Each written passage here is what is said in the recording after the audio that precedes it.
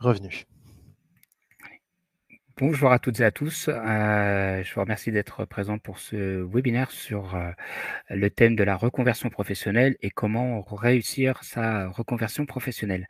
Je suis Daniel Valentin, je suis directeur de l'IFOCOP Montigny dans le 78 et je vais être avec vous pour officier pendant ces 3 quarts d'heure qui sont à venir. Voilà. On va attendre encore quelques participants, puis on démarrera d'ici 2-3 minutes. Et puis ce que je vous propose, eh bien, c'est de poser l'ensemble de vos questions au travers du chat et je me ferai un plaisir d'y répondre au travers du modérateur Antoine notamment qui est avec nous pour nous accompagner. Et puis j'en profite aussi pour vous présenter 2 stagiaires IFOCOP que sont Sarah Zawi et puis Kevin Failly, qui sont des anciens stagiaires IFOCOP, pardon, et qui auront l'occasion de pouvoir s'exprimer au travers de leurs différentes expériences à l'IFOCOP.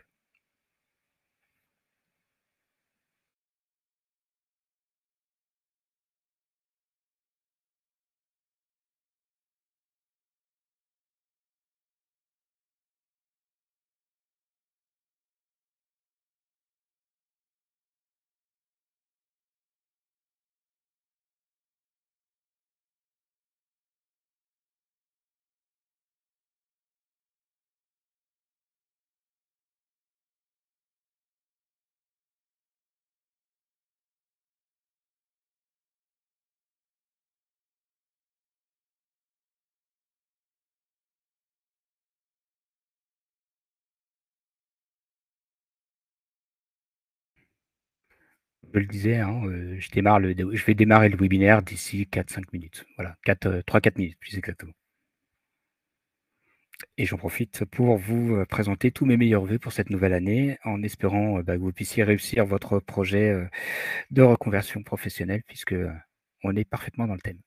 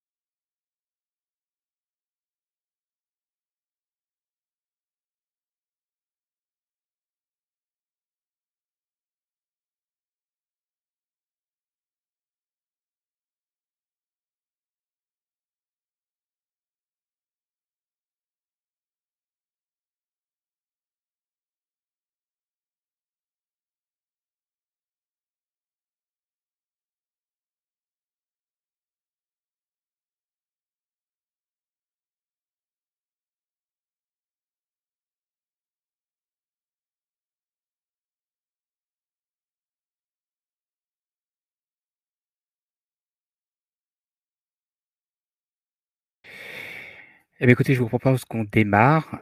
Donc, bienvenue à ce webinaire sur réussir sa reconversion professionnelle. Et eh bien, écoutez, je vous propose d'aborder les thèmes suivants. Premier de ces thèmes, c'est bien effectivement de nous présenter IFOCOP, qui sommes-nous et en quoi on est légitime pour s'exprimer sur ce sujet. Ensuite, on abordera les principales questions à se poser avant de démarrer son projet de reconversion professionnelle. Et puis naturellement, on verra 2 autres points. Premier point, c'est quels sont les profils les plus recherchés aujourd'hui par les entreprises sur le marché. Et puis, un des derniers points que l'on verra, c'est eh bien, comment on fait financer sa situation en fonction, enfin sa formation en fonction de sa situation.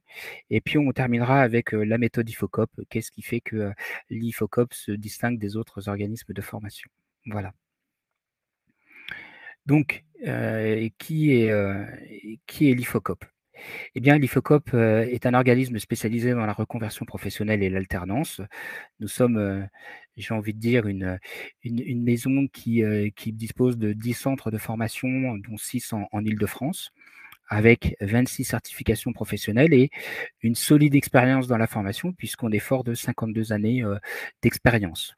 On travaille aujourd'hui avec, un peu plus de 2 500 entreprises et 3 000 apprenants par an, chaque année, ce qui nous fait un réseau d'anciens élèves, hein, alumni de 54 000, apprenants. Alors moi, j'officie, plus précisément sur le centre de Montigny-le-Bretonneux, sur lesquels, j'officie sur 7 domaines de formation avec à peu près 20 groupes par an et j'accueille à peu près 300 stagiaires à l'année et je suis en relation avec 500 entreprises partenaires qui accueillent, nos stagiaires et j'ai un taux de placement, de stage en entreprise qui est de 94 et j'aurai l'occasion de revenir, sur ce chiffre et pour un taux de réussite de 87. Voilà, et on est basé, juste à côté de la gare de Montigny-le-Bretonneux. Alors, on va rentrer dans le vif du sujet et pour cela, eh bien, je vous propose de répondre aux questions qu'on va se poser lorsqu'on va rentrer en reconversion professionnelle ou en tout cas qu'on envisage de mener à bien ce projet. Et pour cela, moi, je vous propose d'y répondre au travers de 7 clés qui correspondent à 7 questions différentes. Et voici ces clés. La première, c'est d'identifier les bonnes raisons et on verra en quoi c'est important. Ensuite, on verra comment justement, opter pour la bonne reconversion. On verra que finalement dans la reconversion, il n'y a pas que la reconversion telle qu'on l'imagine qui est, faire un 360 au niveau de son métier, mais que ça comporte aussi d'autres aspects. On verra aussi comment choisir le bon métier et vous verrez aussi qu'on aura l'occasion d'y revenir au travers, eh bien de la quatrième partie qui est, quels sont les métiers qui recrutent le plus? Et puis on s'attachera aussi à se dire quels outils on a à notre disposition, quels sont les bons outils à utiliser pour justement faciliter sa reconversion et mettre toutes les chances de son côté. Hem, on verra aussi d'autres points qui sont importants et qu'on a parfois tendance à négliger. C'est de soulever finalement, toutes les contraintes qu'on pourrait avoir dans un projet de reconversion professionnelle pour être bien sûr que son projet est viable, valable et que derrière, eh bien, on ait toute connaissance de cause de ces différentes contraintes pour pouvoir aborder sereinement son projet de reconversion professionnelle. Et puis, on se posera aussi une question qui est légitime, c'est celle de la formation. Alors vous me direz: «Ce sera facile pour moi de répondre», je vous dirai: «Oui», mais c'est pas si simple, c'est pas forcément une évidence absolue, le fait de se former ou pas. Et puis naturellement, on reviendra sur le financement de son projet de reconversion. En disant, bah, finalement, comment on peut, financer son projet et on aura notamment l'occasion d'y revenir un peu plus dans le détail au travers de la partie, que j'ai abordée tout à l'heure et qui est, comment on finance son projet, de reconversion. Alors, prenons la première clé et la première re de ces clés, c'est identifier les bonnes raisons, qui nous poussent à nous reconvertir et aujourd'hui, je vais démarrer par une phrase qui est celle-ci, c'est, «Vos émotions, ce sont vos meilleurs ennemis». Il ne s'agit pas d'agir aujourd'hui sur un coup de tête et parfois dans la reconversion, on se dit: «Bah, tiens, c'est à la mode, on va en profiter et on va se mettre, à se reconvertir», parce que d'un seul coup, on est un peu, je dirais, fatigué de son métier au quotidien. Attention à cela, il ne faudrait pas confondre, ses envies et ses besoins. Les envies, hem, c'est plus souvent un moyen de de de de pouvoir, combler ses besoins et non pas l'inverse. Et ce qu'il est important pour vous et bien, c'est de se dire: «Bah, pourquoi? Quelles sont les motivations, que je vais avoir pour pouvoir, amener un projet de reconversion professionnelle?» Est-ce que c'est une insatisfaction, professionnelle? Est-ce que c'est un besoin de quête de sens? Est-ce que c'est profond? Est-ce que ça dure dans le temps? Ou est-ce que finalement c'est passager? Hem, est-ce que vous êtes dans une situation où finalement vous êtes poussé, à vous reconvertir? Licenciement économique, harcèlement ou évolution de poste? Parce que ça peut aussi être, quand on parle de reconversion professionnelle, on parle aussi d'évolution professionnelle et tous ces éléments-là font que derrière, eh bien, moi, je dirais que la première question qu'il faut véritablement se poser, c'est: «Pourquoi je le fais?» Et pour cela, parmi les outils que vous pourriez utiliser, c'est notamment le théorème de Quintilien, qui est notamment le plus connu sous le sous le terme de les 5 pourquoi. Vous vous posez 5 fois la question, «Pourquoi?» et ça va vous permettre de déterminer les vraies raisons de ce besoin de changement.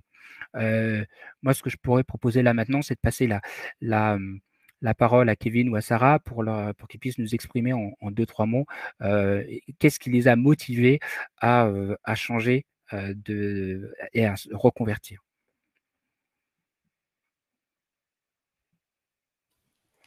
Bonjour à tous. Moi, j'ai décidé de me reconvertir, tout simplement parce que j'étais, dans le commerce depuis 8 ans et j'avais besoin de voir autre chose, voilà, j'avais une grande envie d'évolution et voilà, la vente, ça a toujours été un travail, alimentaire et je j'avais pas vraiment de projection ni de certitude quant à la construction d'une carrière. Donc pour moi, la reconversion a été essentielle. C'était vraiment un grand tournant, dans ma vie professionnelle et aussi personnelle, parce que forcément, voilà, il y a énormément d'enjeux et je suis d'accord, avec Daniel concernant les émotions. C'est vos meilleurs ennemis. Ça va être, c'est très intense, mais c'est un sacrifice et c'est un jeu qui en vaut énormément la chandelle, en tout cas. Sarah, est-ce que tu veux prendre la parole ou? Oui, bien sûr. Alors, bonjour à tous. Dans mon cas, j'avais un petit peu le même parcours que Kevin. Donc, je viens de l'hôtellerie-restauration et également du commerce. Dans le commerce, j'ai pu évoluer vers certaines tâches administratives pour lesquelles je me suis prise de passion. Ne pouvant évoluer en interne, j'ai souhaité également me spécialiser, donc du coup me former afin de pouvoir justement répondre à ce projet, qui naissait au fil du temps. Donc, c'est pour ça que j'ai choisi la reconversion professionnelle et du coup de suivre une formation à l'IFOCOP. Merci. Heu, Autre point, opter pour la bonne reconversion. Et aujourd'hui, on entend surtout reconversion, c'est-à-dire changement de métier, mais la reconversion aujourd'hui, elle est beaucoup plus vaste que ça. Tout simplement parce que, elle intègre d'autres aspects qui sont aussi, l'évolution ou le changement professionnel. Aujourd'hui, vous êtes 58 à avoir un projet de reconversion et hem et les objectifs de la reconversion, eh bien, sont divers et variés. Aujourd'hui, selon une un récent, une récente étude de, hem, BVA, commandée par France Compétences, eh bien, vous êtes, 53 à vouloir changer de métier. Donc là, on est purement dans la vraie reconversion, mais i on va aussi rentrer dans le changement ou dans l'évolution de métier pour 47 d'entre vous qui souhaitent, simplement changer de statut. Heu, Autre point et sur lesquels que vous m'entendrez beaucoup rabâcher, c'est, cette volonté de mûrir, longuement son projet. Un projet de reconversion, c'est un projet qui se prépare, qui se mûrit dans le temps et alors pour certains, ça va prendre plus ou moins de temps, mais en tout cas, c'est, quelque chose qui se mûrit et ça vient justement contredire le dernier point qui est les 42 qui est une décision, plutôt, opportuniste, mais qui vient, se déclencher par rapport à des événements, qui sont, plus ou moins, indépendants de notre volonté et là, c'est, les licenciements économiques, ce sont les aléas de la vie, les déménagements qui viennent, accélérer finalement un projet de reconversion ou, qui en deviennent un déclencheur. Donc par rapport à cela, c'est de se poser, au final, c'est de se dire: «Bah, voilà, qu'est-ce qui va, engendrer cette reconversion? Est-ce que j'ai véritablement besoin d'une vraie reconversion et changer de métier? Ou tout simplement, est-ce qu'il vaut pas mieux pour moi que je passe l'étape supérieure? Je suis, par exemple, gestionnaire de paye. Est-ce qu'il ne faut pas que je devienne un responsable gestionnaire de paye parce que ça fait, hem, 10 ans que j'exerce dans le métier, j'aime ce métier-là, mais j'ai pas forcément envie de changer d'horizon. Donc là, on va toujours parler de reconversion professionnelle, mais on va plus parler d'évolution dans ce cadre-là.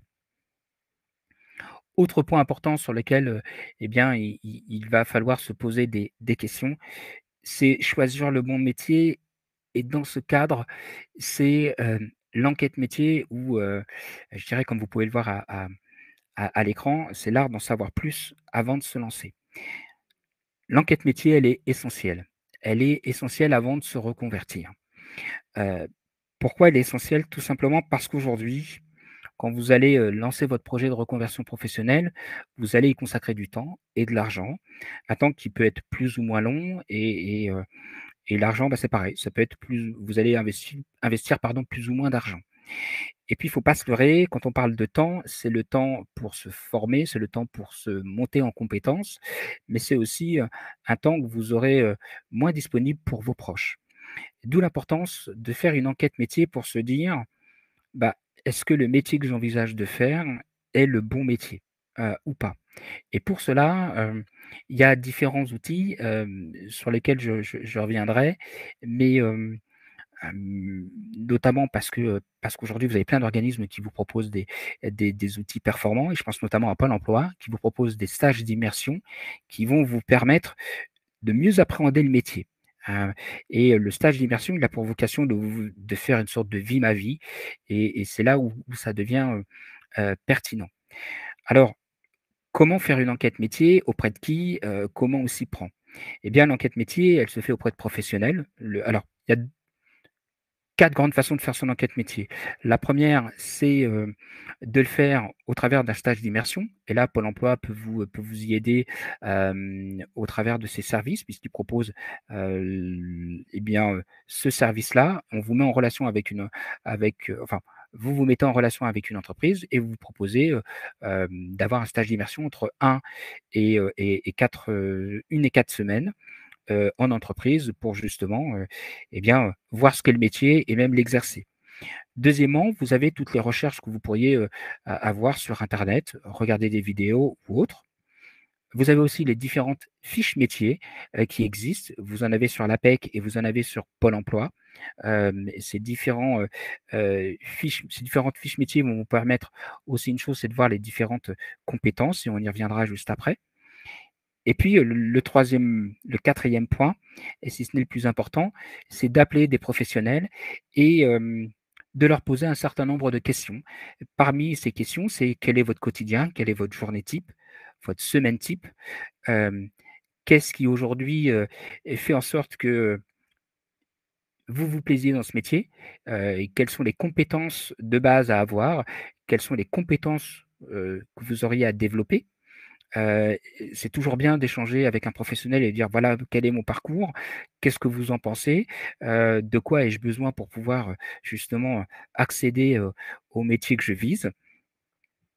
Pensez aussi à des questions auxquelles on ne pense pas, c'est, notamment l'évolution de ce métier.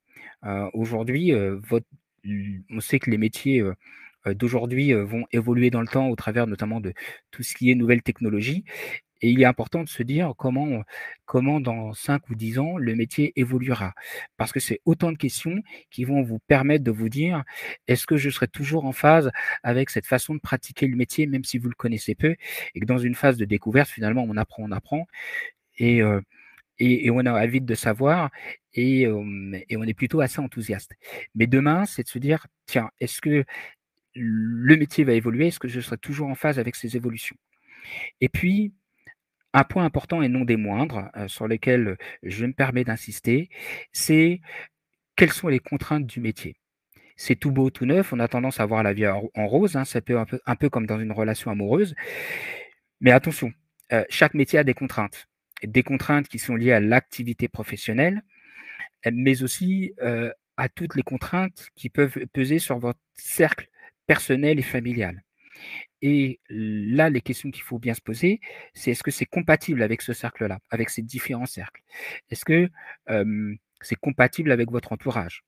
Si vous devez travailler de nuit dans votre reconversion professionnelle et que vous n'avez pas de solution pour garder vos enfants, voilà, ça c'est autant d'éléments sur lesquels vous devez vous pencher avant de sérieusement, vous fixer sur le métier choisi.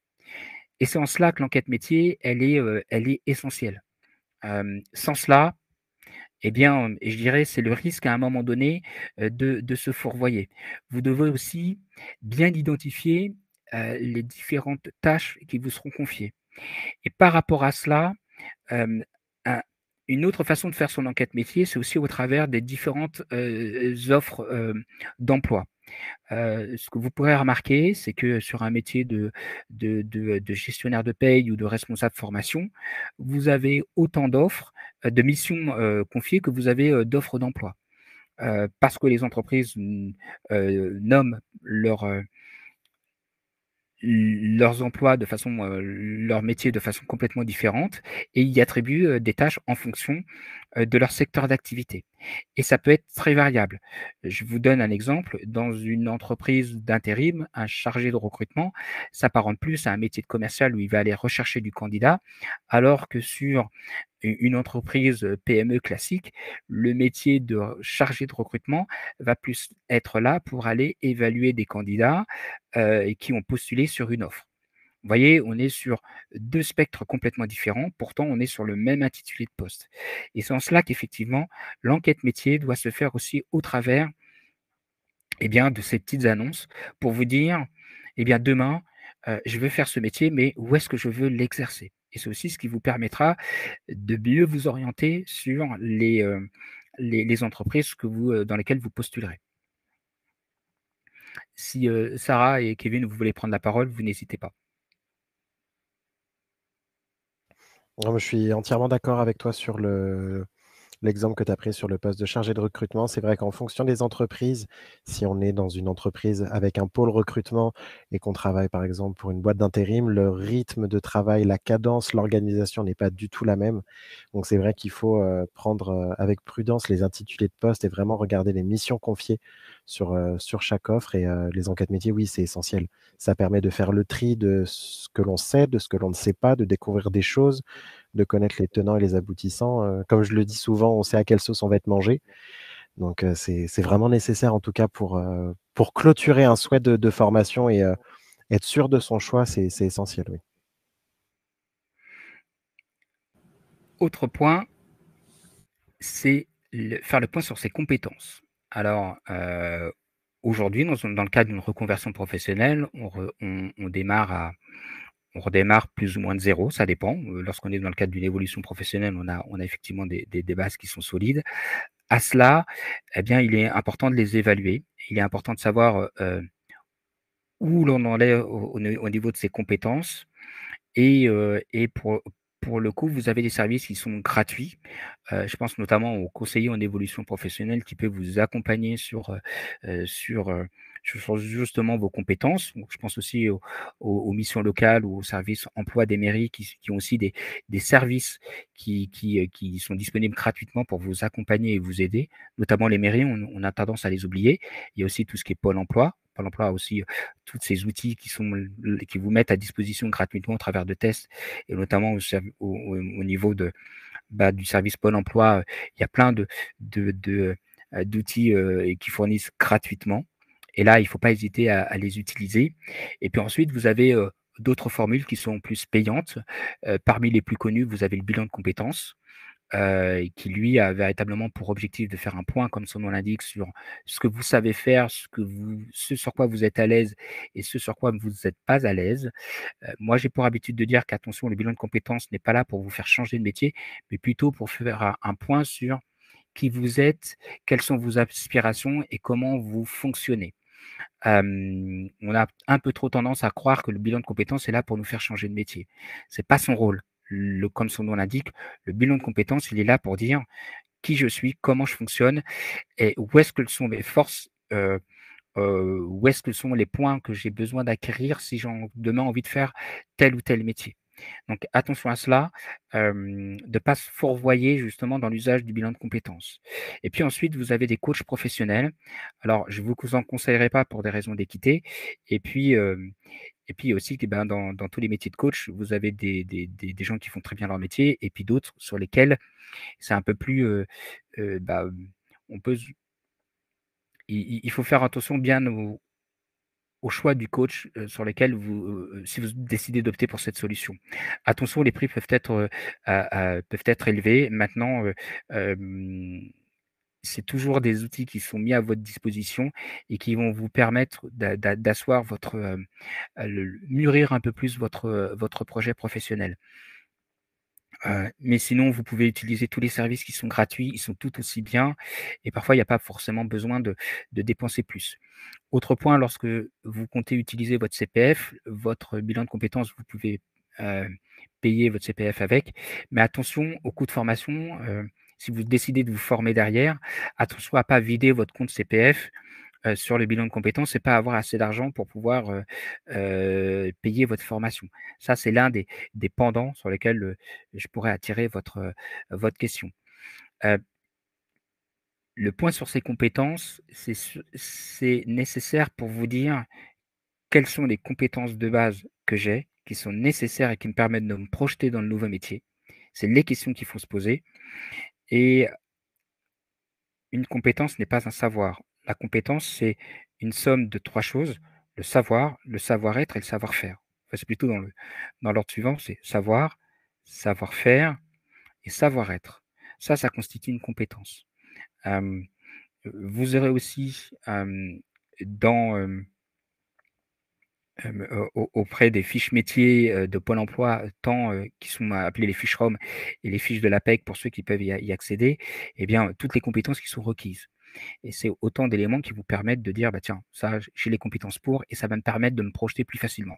Ces compétences, elles sont d'autant plus essentielles que c'est aussi ce qui va vous permettre, notamment, de vous vendre lorsque vous ferez votre reconversion professionnelle, lorsque vous postulerez à de nouvelles offres. Parce que lorsqu'on change de métier, eh bien, on ne peut pas dire qu'on a telle ou telle expérience. On va surtout, en tout cas pour certains, travailler, faire un CV de compétences et non pas un CV sur l'expérience professionnelle qu'on n'aura pas acquis si on est sur une reconversion complète. D'où l'importance de faire le point sur ces compétences, d'identifier les bonnes compétences qui vont vous permettre de vous projeter sur le nouveau métier. Ça me permet de faire le point par rapport au point précédent qui est l'enquête métier. Voilà, vous voyez, tout est en cohérence, tout vient en résonance. Autre point, la face cachée, de la reconversion professionnelle. Je l'ai plus ou moins, abordé tout à l'heure. Parmi ces contraintes, il faut voir, comment votre nouveau projet de vie professionnelle va avoir un impact sur votre vie personnelle. Parmi ces impacts, on peut citer le plan financier et quand on parle de plan financier, il y a le coût de la formation, si vous décidez de vous former, mais c'est pas une obligation. Il y a aussi le fait que, ben, voilà, ça peut engendrer des déménagements, c'est aussi un coût qu'il faut prendre en compte. Lorsque vous, derrière, vous déménagez vous changez de métier, une des contraintes qu'il faut prendre en compte, c'est que vous démarrez pas forcément avec le même salaire et méfiez-vous des annonces des titres racoleurs qu'il peut y avoir sur des articles en disant: «Bah, voilà, j'ai décidé de changer de métier et je me retrouve à gagner, tant d'argent». Oui, c'est vrai, mais c'est pas vrai pour tout le monde. Je vais vous donner un exemple, sur les négociateurs immobiliers. On vous dit souvent, un négociateur immobilier, ça peut gagner dans les 9 000 € par mois, pardon. Oui, très bien, mais tout le monde n'est pas, Stéphane Plaza et avant de pouvoir, y arriver, il faut beaucoup de travail, il faut avoir un réseau et tout cela se construit pas en un seul jour. Donc, hem, il faut plutôt, surtout sur des métiers comme les métiers de vendeur, si on n'a pas, en tout cas de négociateur immobilier, si on n'a pas une certaine appétence, un certain réseau, eh bien, au début, pardon, on démarre au bas de l'échelle, avec pas forcément les salaires qu'on avait envisagés. Donc, ça, c'est autant de contraintes qui font que derrière, bah, vous allez devoir se faire supporter une certaine contrainte financière auprès de vos proches. Alors, tout n'est pas négatif, hein, parce que vous pouvez aussi, très vite augmenter votre salaire, parce que vous avez trouvé votre voie et que derrière vous allez pouvoir, heu, exploser parce que c'est véritablement votre talent et vous êtes fait pour ça. Par contre, c'est des points qu'il faut absolument pas ignorer ou mettre de côté. Autre contrainte, ce sont celles qui sont liées au poste, les horaires, les conditions de travail, le lieu d'exercice de votre activité, les contraintes aussi physiques. Vous changez d'un métier, vous passez d'un métier de bureau à un métier de manuel, vous allez avoir des contraintes physiques qui ne s'exerçaient pas auparavant sur l'activité que vous exerciez. Et puis, il y a d'autres aspects qui peuvent être, importants. C'est l'accessibilité finalement à votre métier qui nécessite d'avoir, eh bien, de devoir investir, dans du matériel. Vous êtes négociateur immobilier, eh bien, il va vous falloir une voiture. Si jusqu'à présent vous utilisiez les transports en commun, à moins de travailler à Paris où effectivement l'usage d'un véhicule est moins indispensable, eh bien, quand vous travaillez en tant que négociateur immobilier en province, eh bien, il vous faut une voiture. Si vous n'en avez pas, c'est autant de coûts cachés, entre guillemets, qu'il va falloir rajouter. Et là, je vais laisser la parole à Sarah ou Kevin s'ils veulent rajouter un point sur cet aspect-là. Bah, moi, pour ma part, les contraintes ont été oui, bah, la vie familiale. Il a fallu que je m'organise, que je trouve une organisation, mais comme je dis aussi assez souvent, on n'a rien sans rien. Donc, bah, ça m'a donné l'occasion de mobiliser tous mes proches, ma petite famille, pour voilà, expliquer le contexte. Je suis en formation, je vais avoir besoin de temps, de concentration. Et puis finalement, tout a roulé. Tout s'est très bien passé. Et ça a permis aussi de mettre, on va dire, ce projet-là, enfin, de faire participer tout le monde à mon projet. Donc finalement, ça a été, enfin, mon projet personnel est devenu un projet familial. Et aujourd'hui, on est tous très contents d'avoir pu arriver au bout de cela. Mmh. Et c'est vrai de souligner ce point que j'ai mis un peu de côté et pourtant j'insiste souvent dessus, c'est le soutien familial, puisque ça aussi c'est une contrainte qu'on a tendance à mettre de côté. Lorsqu'on s'investit dans un projet de reconversion professionnelle ou d'évolution professionnelle, on est moins disponible pour ses proches. Et ça aussi c'est une contrainte qu'il faut, en tout cas c'est un point qu'il faut, évoquer avec ses proches en leur disant: «Attention, moi, c'est ce que j'appelle le temps égoïste et c'est un temps, nécessaire au début pour pouvoir, bien pouvoir s'exprimer, bien acquérir les compétences qui sont requises et pouvoir, être à l'aise sur son poste. C'est plus ou moins long selon les individus, mais en tout cas, c'est un temps, il va falloir avoir du soutien auprès de ses proches. Je suis issu aussi de la reconversion professionnelle et il y a forcément un moment donné où vous êtes moins disponible pour vos proches et ça, il faut que vos proches puissent l'intégrer. Ils doivent aussi pouvoir vous soutenir à un moment donné parce que vous avez des doutes. Vous rentrerez forcément dans une période de doute. En tout cas, moi, j'y suis rentré et les personnes que je peux croiser en centre entrent parfois dans des périodes de doute. Et là, il faut les remotiver. Il faut leur dire: «Écoute, tu as eu raison de te former, tu as eu raison de te, de changer de vie parce que c'était nécessaire» et c'est ces aspects-là qu'on a tendance, nous, à oublier. Quand on est en reconversion professionnelle, il y a forcément un moment où on se remet en cause. Alors c'est important, c'est bien de se remettre en cause, mais c'est pas pour autant qu'il faut trop se remettre en cause pour abandonner ses projets. Donc voilà. Et là, les proches sont importants pour justement nous accompagner et nous aider. Alors, en vient une autre question qui est: faut-il se former ou pas? Alors, j'aurais tendance à vous dire oui, mais pas nécessairement. Alors, pas nécessairement parce qu'aujourd'hui, quand vous êtes sur plus sur une évolution professionnelle, eh bien, voilà, ça peut ne pas être nécessaire. Par contre, on sait comment ça se passe en France, les diplômes sont importants et les diplômes permettent surtout d'améliorer son employabilité. Ils permettent d'améliorer son employabilité au travers justement d'un titre, d'un diplôme et parfois dans certaines entreprises ou même dans le secteur public, c'est le diplôme qui vous fait passer un cap au niveau salaire.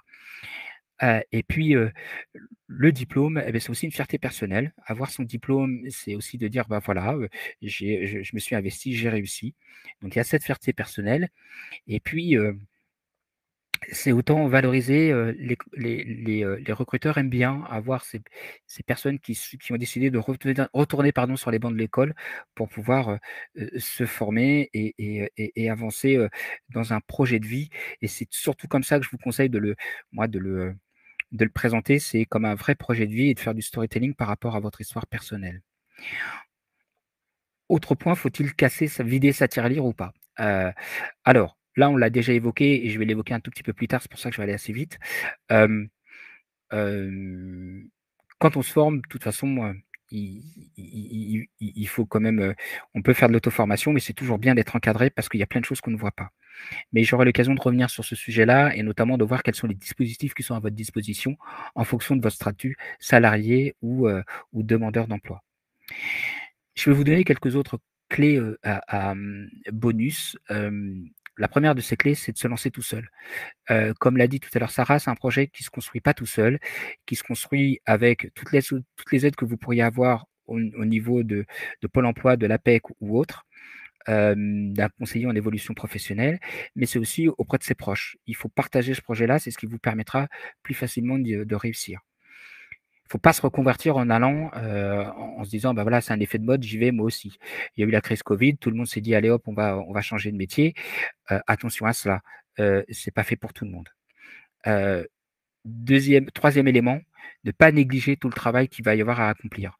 La reconversion professionnelle, ça va nécessiter du travail, un travail sur lequel vous allez forcément vous investir, qui va vous faire plaisir, mais faut pas l'ignorer, il faut pas le mettre de côté. Croire qu'on va gagner plus d'argent, c'est vrai, ça peut être vrai, mais ça peut être faux. Parfois, on revient à la case départ et on gagne moins d'argent. Et ça, c'est quelque chose qu'il faut absolument pas mettre de côté. Confondre métier et passion, même si on peut faire de sa passion un métier, mais voilà, c'est pas parce qu'entre guillemets, vous aimez faire des bijoux derrière le week-end que vous pouvez en faire votre métier. Alors certains peuvent, mais il y a parfois il y a d'autres obstacles qui font que derrière, bah, vous pouvez pas forcément en faire un métier. Ne voyez pas dans la reconversion que des avantages. Il n'y a pas toujours que des avantages. En tout cas, il ne faut pas occulter toutes les contraintes qui peuvent se greffer autour. Et puis, un point aussi important, c'est avoir de la motivation sans engagement. La motivation, c'est avoir le diplôme. L'engagement, c'est tout ce que vous allez mettre en œuvre pour obtenir votre diplôme. C'est tous les devoirs que vous allez faire en plus pour obtenir la meilleure note. C'est tous ces petits aspects qui font que derrière, eh bien, la motivation ne suffit pas. C'est pas parce que j'ai envie de faire un pari, c'est pas parce que j'ai envie que je vais réussir. Et pour cela, pour réussir, eh bien, il faut des actes. Et les actes, c'est l'engagement. Voilà. Ce que je vous propose, c'est de passer ensuite sur, eh bien, les profils qui sont les plus recherchés. Et là, je vais être, alors non pas assez rapide, mais aujourd'hui, le marché du travail, eh bien, il est assez tendu. On peut le voir avec les chiffres du chômage qui ont baissé. Et les besoins sont multiples. Besoins sont multiples, notamment au travers des métiers manuels. Aujourd'hui, on recherche beaucoup, alors on le sait tous, hein, on le voit tous, tout ce qui est service à la personne sont extrêmement demandés. Tout ce qui est aide à domicile, assistante maternelle ou employé de maison, effectivement, ce sont des secteurs qui sont extrêmement pourvoyeurs d'emploi, tout ce qui est aussi secteur de la santé, secteur des transports, de l'hôtellerie-restauration et de la sécurité. On le voit notamment en Île-de-France avec les JO de 2024 sur lesquels il y a énormément de demandes de la part des autorités. Et puis, vous avez ensuite d'autres secteurs qui sont toujours pourvoyeurs d'emploi, comme le commercial ou tout ce qui est informatique. Et puis, dans les métiers dits plus du tertiaire, eh bien, vous allez avoir des métiers phares, entre guillemets, comme les gestionnaires de paye, les agents immobiliers, les comptables, qui sont des métiers qui se sont aussi beaucoup professionnalisés et sur lesquels on demande de plus en plus de technicité. Vous avez aussi eh bien, tout ce qui est des métiers auxquels on ne pense pas, secrétaire comptable ou assistants commerciaux. Ce sont des métiers qui viennent renforcer finalement les métiers, je dirais, un peu plus en vue, comme les comptables et les commerciaux. Mais sans des services d'assistanat, eh bien, ces métiers ont beaucoup plus de mal à fonctionner. Et pour cela, eh bien, moi, ce que je vous conseille, c'est d'aller sur le site de Pôle emploi. On vous mettra le lien dans la discussion. Notamment, Pôle emploi vous permet de voir, eh bien, en fonction de la région et du métier choisi, quelles sont les offres d'emploi qui ont été proposées lors des derniers mois. et ça vous permet de vous dire, bah, voilà, est-ce qu'il y a de la demande ou pas sur, sur le métier que je vise dans la localité ou en tout cas dans le département que je vise.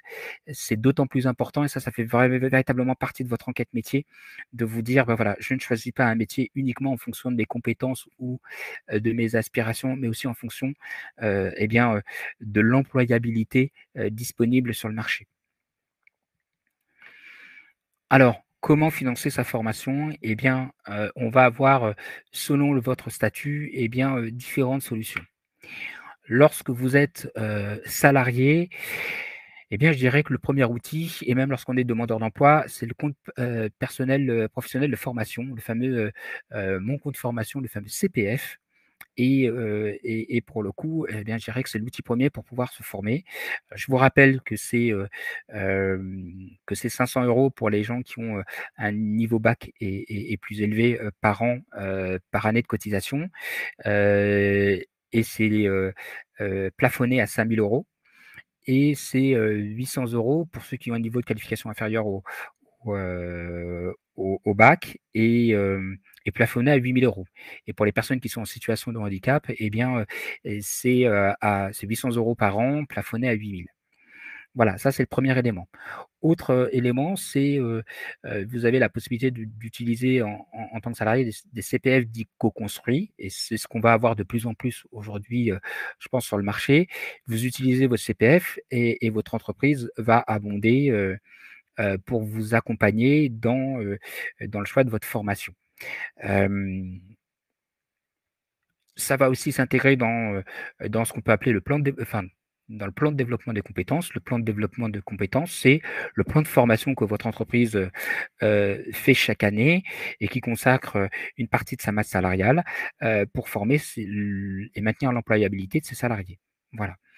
Hem, Autre point, qui est important, c'est le CPF de transition. Le CPF des transitions, c'est un dispositif qui va vous permettre d'évoluer et qui, eh bien, va mobiliser une partie de votre CPF, mais qui va vous permettre aussi, bah, de faire une formation et d'être rémunéré, pendant tout le temps de votre formation. Puisque c'est Transition Pro qui viendra se suppléer à votre entreprise pour vous rémunérer. En tout cas, elle va rémunérer votre entreprise qui vous continuera à vous rémunérer. Et ça, je pense, je vais laisser la parole à Kevin parce qu'il a, fait appel à ce dispositif, sachant que, il dans les dispositifs de transition pro, moi j'attire votre attention sur un point particulier, c'est le délai pour le mettre en place. Parce qu'il est, relativement long, il faut compter à peu près 6 mois et c'est des projets qui se mûrissent véritablement en avance. Kevin, je te laisse la parole. Oui, donc moi, je suis passé pour mon financement, voilà, parce que ça faisait 8 ans, à peu près que j'étais dans mon entreprise. Du coup, j'ai pris, un rendez-vous avec un CEP, donc un conseiller en évolution professionnelle sur la plateforme, Mon compte formation. Du coup, qui m'a accompagné, du coup, dans tout le montage de mon dossier transition pro qui est, quand même assez long à monter. C'est un très gros dossier. On nous demande énormément de documents, un grand argumentaire, à faire. Ça permet déjà de se préparer mentalement, à la formation parce que c'est quand même déjà un premier gros travail. Donc ça nous met déjà en position pour le jour J, pour le jour de la rentrée. Mais, voilà, c'est un bon dispositif qui fonctionne. Voilà, j'ai pas d'autre chose à dire. Voilà, pour moi, dans Transition Pro, enfin voilà, voilà, si j'avais pas eu accès à ce dispositif, je pense pas que j'en serais là où j'en suis aujourd'hui et avoir pu faire cette formation. Donc, voilà, pour ceux qui sont salariés, qui hésitent, foncez tête baissée. Il y a que ça à faire, mais il faut vraiment être sûr de son choix, construire son dossier sérieusement en respectant les délais qui sont très, très, très longs. Pour vous donner un ordre d'idée, moi, j'ai commencé à monter mon dossier, je crois, fin juillet. Et je l'ai déposé en novembre et je travaillais dessus, 1 heure tous les jours pour être sûr que mon argumentaire soit, parfait, que tous les documents soient faits en bonne et due forme, que tout voilà, le diable est dans le détail et Transition Pro aime beaucoup rentrer dans le détail. Donc c'est très important de viser ça. Merci Kevin. Donc voilà, pour le dispositif CPF, moi je vous invite à aller sur transitionpro.fr. Et là, vous retrouverez toutes les informations. Ils font régulièrement des webinaires et je vous conseille d'y assister en tant que salarié et de respecter bien scrupuleusement toutes les étapes si vous êtes intéressé par ce dispositif qui, pour le coup, est un des dispositifs qui est peut-être le plus long à mettre en place, mais qui en vaut le coup et et sur lequel il est indispensable d'être accompagné par un conseiller en évolution professionnelle. Je vous invite à aller sur on vous donnera l'adresse pour avoir les adresses des conseillers en évolution professionnelle pour savoir pour pouvoir retrouver un conseiller en évolution professionnelle proche de chez vous. Ce service est gratuit, mais il est indispensable puisque ça fait partie des critères de transition pro pour accepter votre dossier. Autre point, la PROA, c'est-à-dire la promotion par l'alternance, c'est un dispositif qui s'apparente à de l'alternance pour les salariés. Je le vulgarise au maximum, mais globalement, c'est un dispositif qui va permettre de pouvoir faire de mêler finalement de la montée en compétences en utilisant un dispositif d'alternance en étant salarié. Voilà, et qui s'adresse peut-être aux plus anciens d'entre nous. En tant que demandeur d'emploi, on va retrouver à peu près les mêmes dispositifs. Alors, à quelques exceptions près. On va toujours retrouver le CPF, là, sur lequel vous allez l'avoir soit vous financez 100% de votre formation avec le CPF, soit vous faites une sorte de CPF co-construit, c'est-à-dire CPF plus financement personnel. Ensuite, vous avez le CSP qui est un dispositif particulier et qui est pour les personnes qui malheureusement sont licenciés pour motif économique. Dans ces cas-là, l'employeur a la possibilité de vous proposer ce dispositif et c'est à vous de choisir si oui ou non vous le souhaitez. C'est un dispositif qui est notamment intéressant puisqu'en fait, il vous permet de toucher 75% de votre salaire brut pendant la première année et ensuite 57% de votre salaire brut la seconde. C'est un dispositif qui est mis en place pour un retour à l'emploi rapide. Mais c'est un dispositif qui peut être intéressant lorsque vous faites une formation, ce qui vous permet globalement de toucher 100% de votre salaire net pendant la première année dit de formation. Mais ce dispositif, il a pour vocation d'avoir un retour très vite à l'emploi parce qu'il n'a pas vocation à perdurer dans le temps, notamment parce qu'il est la première année, vous touchez que 75% de votre salaire brut et ensuite l'année supplémentaire, vous touchez 57%. Je ne vais pas rentrer plus dans le détail, euh, mais, euh, mais en tout cas, moi personnellement, j'en ai bénéficié et, et, et ça m'a permis en tout cas de suivre ma formation de façon beaucoup plus sereine, notamment au niveau financier. Ensuite, vous avez aussi la possibilité en tant que demandeur d'emploi de faire appel à des aides, aux aides régions, aux aides départementales et notamment, alors toutes les régions proposent des aides. Je crois que Sarah, tu en as bénéficié et c'est des dispositifs où finalement, toute ou partie de votre formation est prise en charge par la région.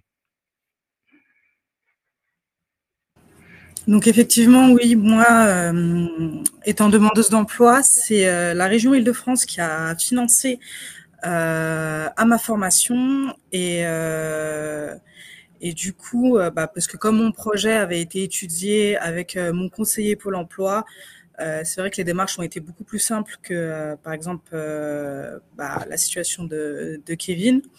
Mais c'est vrai que comme Daniel, du coup, ça m'a permis d'effectuer ma formation avec vraiment cet aspect un peu plus léger, en tout cas sur le financement. J'avais, on va dire, une problématique en moins à gérer. Ensuite, vous avez toujours la possibilité d'utiliser justement des contrats de professionnalisation qui sont aussi des dispositifs qui peuvent vous permettre d'avoir un retour à l'emploi, puisque derrière, c'est aussi des dispositifs apparentés, qui sont des dispositifs dits d'alternance, entre guillemets, et qui vous permettent de mêler formation et emploi salarié, et une forme d'emploi salarié, entre guillemets. Et là, attention, puisque en fonction de votre âge, vous touchez entre 55 et 100% du SMIC. Et là, ça dépend du niveau ça dépend de votre âge et ensuite du diplôme que vous visez. Voilà. Donc ça, c'était pour la partie financement et qui vous donne, je dirais, un panorama aujourd'hui des aides. Et n'oubliez pas aussi une chose, c'est que vous avez, notamment en tant que demandeur d'emploi, vous avez il y a pas mal d'aides. Par contre, les aides ne sont pas automatiques de la part de Pôle emploi. Pôle emploi ne finance pas à 100 des formations et c'est pas parce que vous êtes demandeur d'emploi que vous avez un «saint blanc» entre guillemets pour disposer et que votre formation doit être payée. Voilà, c'est pas automatique.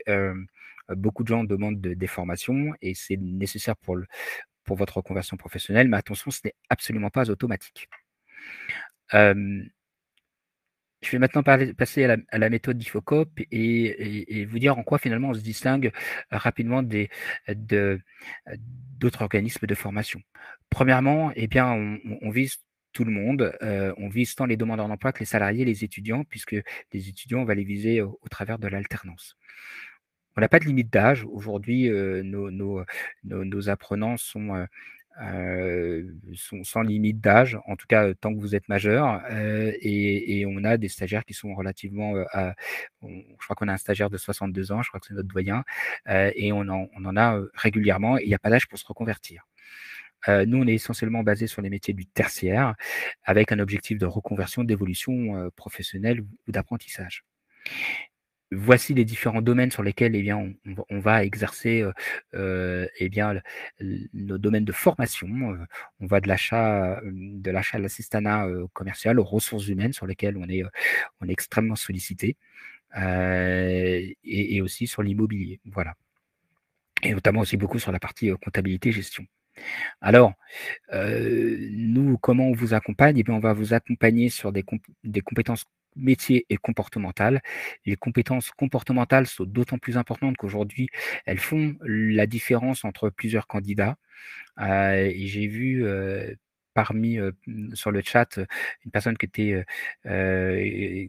faisait des bilans de compétences et qui soulignait le fait qu'effectivement les soft skills, eh bien, sont aujourd'hui très recherchés et c'est aussi ce qui va vous distinguer d'un candidat par rapport à un autre. Et moi-même, en tant que recruteur, eh bien, c'est aussi ce qui fait que derrière, je vais choisir une personne plutôt qu'une autre. Il y a la compétence métier, mais parfois, elle ne suffit pas. Et parfois, même avec une compétence un petit peu inférieure, quand on a une compétence comportementale supérieure, on va choisir ce candidat-là. On va aussi vous former à la recherche de stage et donc d'emploi, puisque les méthodes qu'on va employer sur de la recherche de stage s'apparenteront aussi à de la recherche d'emploi. Et on va aussi vous permettre d'avoir une expérience en entreprise suffisamment importante pour vous permettre de vous remettre sur le pied à l'étrier et de vous remettre finalement sur le marché de l'emploi ou en tout cas de faciliter votre reconversion professionnelle. Et votre parcours aujourd'hui à l'IFOCOP, eh bien, il se fait sur une formule qui est de 3 ou 4 mois de formation théorique en centre ou à distance sur lesquels eh bien, vous allez acquérir justement ces fameuses compétences métiers et comportementales. Vous allez être, naturellement, vous allez déployer votre employabilité au travers d'évaluations, au travers de travaux pratiques.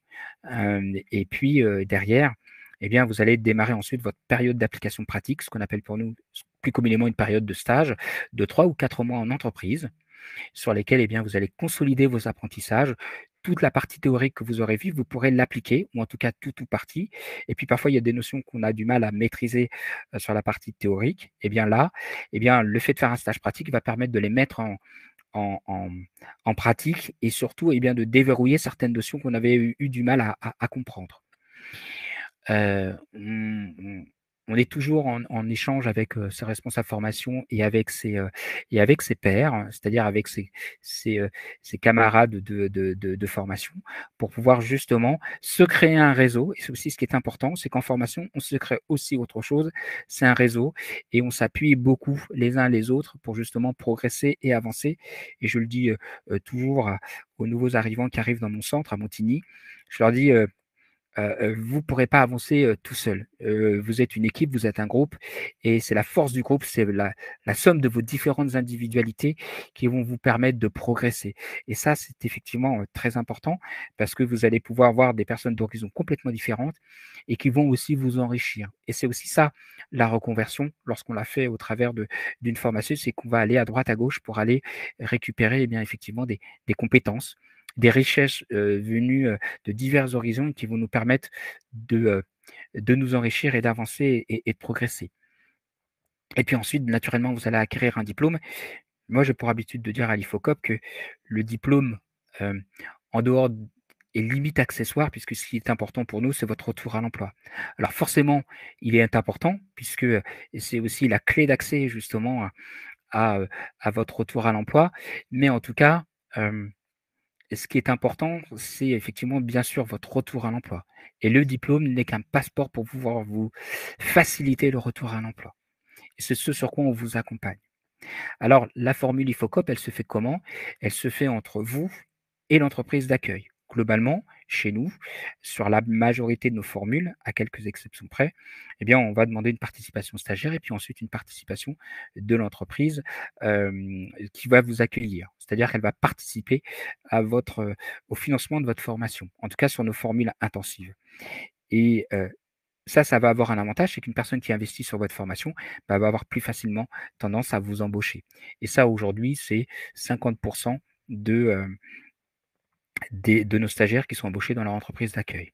Alors, ça peut paraître peu ou beaucoup, peu parce qu'on pourrait croire qu'il y en a beaucoup, que c'est pas beaucoup, mais quand on choisit son stage, on le choisit parce que eh ben, parce qu'on est en reconversion et qu'on n'a pas toujours le choix du roi entre guillemets, mais quand on a le pied à l'étrier, eh bien on est beaucoup plus, vous me passerez l'expression bankable, et là on attire beaucoup plus les entreprises. Et puis il y a aussi que parfois l'entreprise sur laquelle on a fait son stage ne nous convient pas pour X raisons. Vous travaillez dans une startup, vous n'avez pas l'habitude de travailler dans une startup, c'est pas fait à tout le monde, ou dans une grande entreprise, et dans ces cas-là, c'est l'occasion de changer. Mais en tout cas, nous, l'avantage que l'on a, eh bien, c'est qu'on a un taux de retour à l'emploi qui est relativement élevé, puisqu'il se situe entre 81% et 89% de retour à l'emploi. Voilà. Et ça, c'est notamment en partie dû au fait qu'on a 3 à 4 mois de stage en entreprise, ce qui facilite finalement votre réinsertion au travers d'une expérience solide qui va vous permettre justement de dire que vous êtes, vous avez pu exercer les compétences que vous avez acquises. Aujourd'hui, voici les différentes formules que l'on propose, qui sont des formules dites 1. Alors, la première formule qui est intensive, 8 mois, 4 mois en formation de cours en présentiel et puis 4 mois en entreprise. On en a aussi une qui est en visioconférence et qui se fait sur un format plus court, 3 mois de stage pratique, de période pratique, pardon, et 3 mois de stage. Et, et puis ensuite, on a la formule alternance qui va de 12 à 18 mois. On a aussi une formule en e-learning, 7 mois, qui est là plus dédiée aux salariés qui souhaiteraient se former en dehors des heures de travail, ou même un demandeur d'emploi qui souhaite se former sur des horaires un peu moins académiques et à son propre rythme. Et puis, on a ensuite des formules dites de renfort. Et je vais vous donner un exemple. Vous êtes gestionnaire de paie, mais vous voulez acquérir un peu plus de notions de ressources humaines, et bien notamment de faire du recrutement. Et bien, on vous propose des formules adaptées en ce sens. Voilà. Et puis, j- euh, sachez une chose, c'est que le 1er février, on vous accueille de 11h30 à 17h dans tous les centres IFOCOP de France pour justement pouvoir nous présenter vos offres.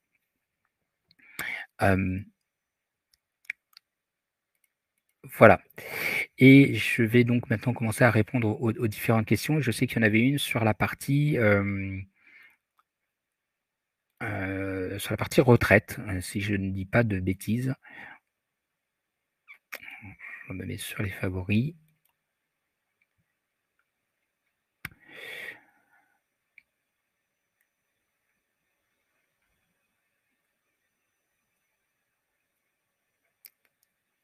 Alors, il y en avait différentes. Alors, j'en ai une ici sur comment négocier sa démission, sa rupture conventionnelle ou pas. Alors, là, ça dépend véritablement de votre situation. Il y a aujourd'hui un projet de loi sur la démission, et j'attire votre attention sur le fait que démission ne vaut pas allocation chômage. Surtout que alors, c'est un projet de loi, je ne sais pas s'il est passé, mais en tout cas, le projet de loi en question dit que si vous démissionnez ou abandon de poste, enfin démission, de toute façon, il n'y a pas d'allocation chômage. Et ensuite, l'abandon de poste, je pensais plutôt à l'abandon de poste. L'abandon de poste aujourd'hui ne vaudra plus allocation chômage. Voilà.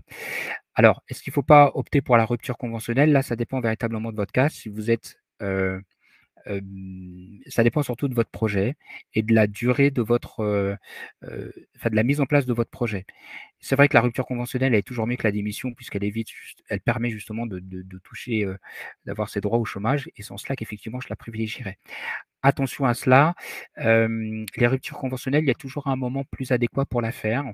Moi, j'ai discuté avec une responsable RH qui me disait: «Il vaut mieux les faire en toute fin d'année pour que ça puisse passer en tout début, d'année, pour que les entreprises aient le budget pour faciliter votre rupture conventionnelle. Mais qui dit rupture conventionnelle veut dire aussi une chose, c'est que vous êtes bien avec votre employeur. En tout cas, vous avez de bonnes relations. Si vous n'en avez pas de bonnes, ça peut être un peu plus compliqué. Hem, heu, Ensuite, vous dites que les émotions peuvent être, ennemies, mais ne sont-elles pas justement nos amis dans le sens qu'elles sont un indicateur à l'instant T. Oui, je suis d'accord avec vous, sauf qu'attention, c'est à l'instant T. Et l'instant T ne veut pas dire que ça perdure dans le temps.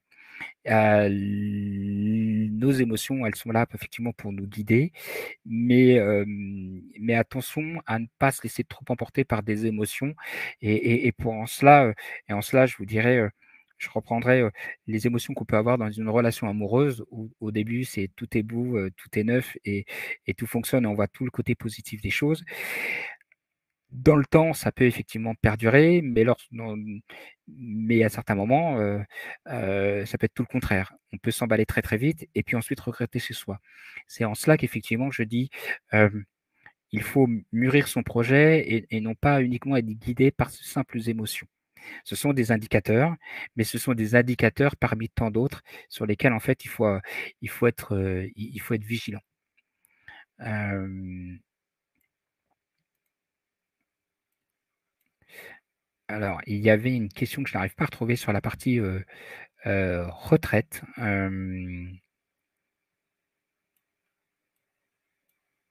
que je n'arrive pas à accéder à mes favoris. Si la personne qui avait posé la question veut bien la reposer dans le fil du chat, comme ça je pourrais, la retrouver, plus facilement. Je suis désolé, j'ai un problème d'accès aux, à mes favoris.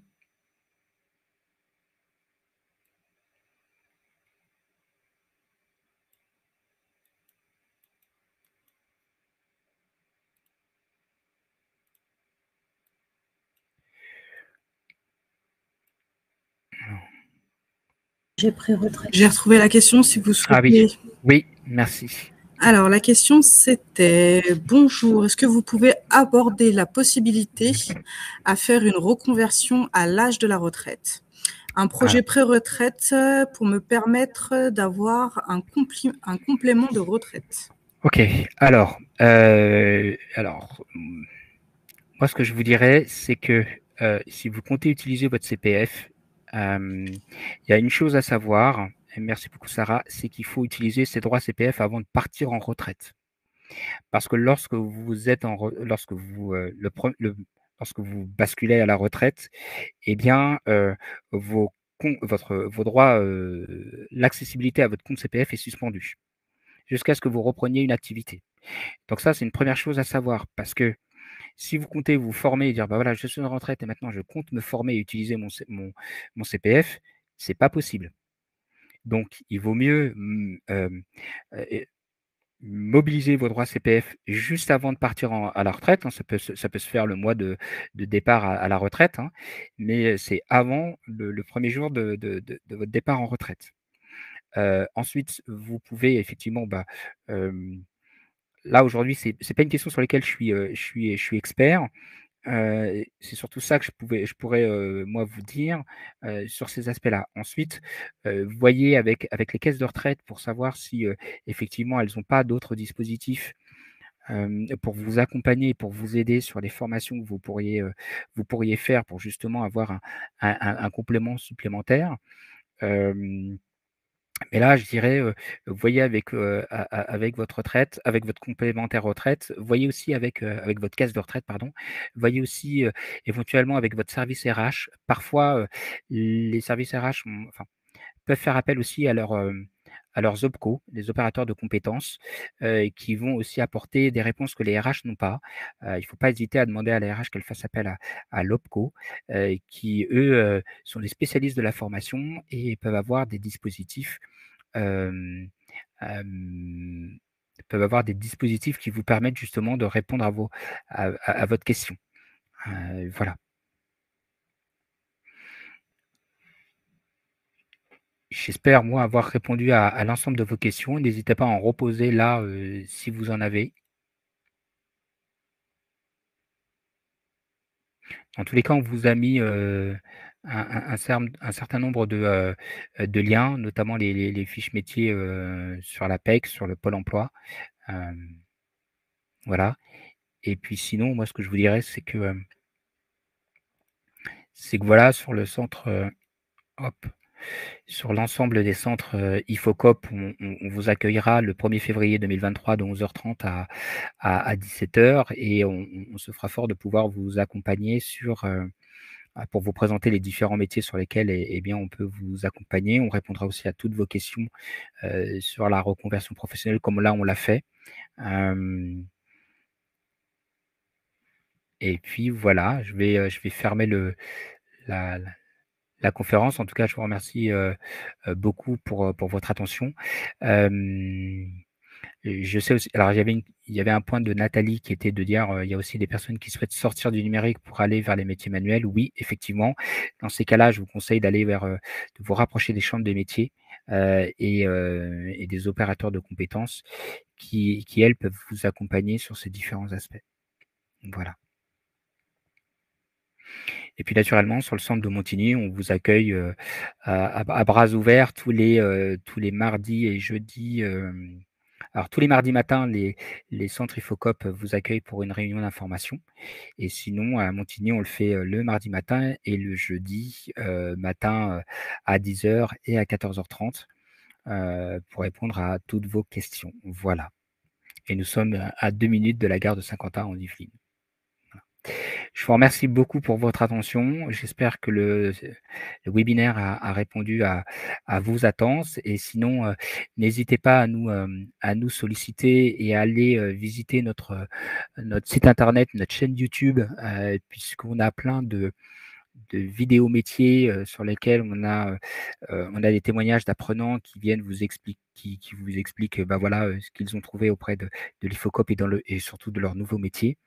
On a aussi notre blog, qui est riche en différents articles qui vont vous permettre, eh bien, effectivement, de vous donner une idée un peu plus précise de vos différents projets professionnels et de la façon dont vous pourriez, je dirais, asseoir votre projet professionnel. Voilà. Et j'espère que cela vous a plu. J'espère avoir répondu à l'ensemble de vos questions.